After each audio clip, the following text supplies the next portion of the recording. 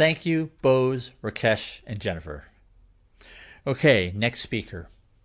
When I saw a video of the next speaker present at the 2019 RailsConf conference late last year, I immediately started sending links to it to all my friends, especially Dr. Stephen McGill, who I've been working with for 2 years researching the dynamics of the software supply chain.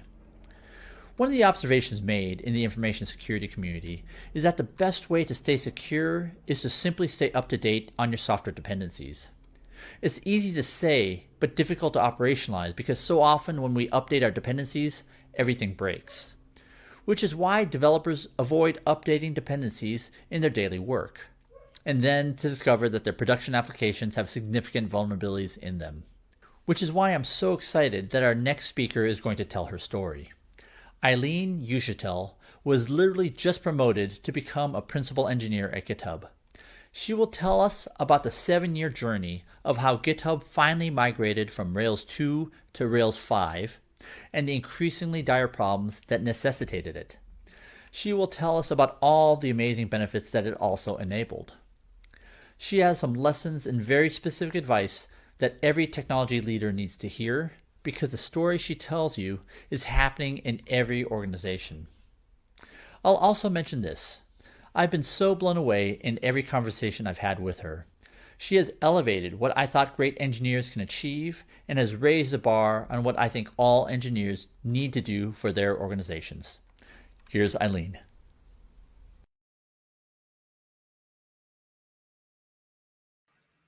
Hi, everyone. I want to first say thank you to the organizers of DevOps Enterprise Summit for having me speak today. It's an honor to be one of your keynotes, and I hope that you've all enjoyed the conference so far. I'm Eileen Uchitelle, and you can find me anywhere on the internet at Eileen Codes. I'm a staff engineer at GitHub. My focus is on ensuring that the Rails framework and Ruby language support GitHub for the long term. I work on building features and fixing bugs upstream, but also working to improve the GitHub codebase to remove technical debt and build up our resilience. In addition to my work at GitHub, I'm a maintainer and member of the Rails core team. The Rails core team consists of 12 people who work together to decide the future of the Rails framework. We work on what features will be supported or deprecated, when new releases will come out, and foster our community of contributors. Today, we're going to talk about the past, present, and future of Rails at GitHub. While this talk focuses on our history with Rails, and in particular, our massive upgrade, the majority of things I talk about here are applicable to any application written in any language or framework. The original GitHub application and the majority of the application that users interact with today is built on Ruby and Rails. Over the years, we didn't prioritize upgrading and staying on the latest version. At one point, years ago, we forked Rails and practically wrote our own. We fought against the framework, we deviated from the framework, and we even wondered if Rails was right for us at all. But at the end of the day, GitHub is successful because of Rails, and Rails is successful because of GitHub. Once we focused on upgrading Rails, we found that running on the latest version made it possible for us to use and invest in Rails for the long haul in a way that we had never been able to do before. We're now able to change and influence the framework for our needs while also benefiting the broader Rails community and open source ecosystem. This story is part historical. We'll look back at the beginning at how GitHub ended up maintaining a custom fork of Rails. It's also part technical, exploring what compelled us to upgrade our process and why it was so difficult. We'll look at the cost of not upgrading and how technical debt accumulates in your application until it starts to work against your framework. Lastly, we'll dive into our effort at GitHub to clean up technical debt, our commitment to open source, and our responsibility to support Rails for the long haul. Let's go back in time to the beginning. In 2004, DHH announced a new web framework called Ruby on Rails. Immediately, Rails caught the attention of the Ruby community. At RubyConf that year, DHH talked about Rails' history, how it came to be, and why it was better than existing Ruby frameworks. He went on to talk about his philosophy in building the framework, stating that many frameworks fail because they're built without an application to influence the architecture.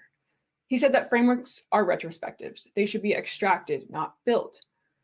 Rails was attractive and is successful because it was extracted from a real application, Basecamp.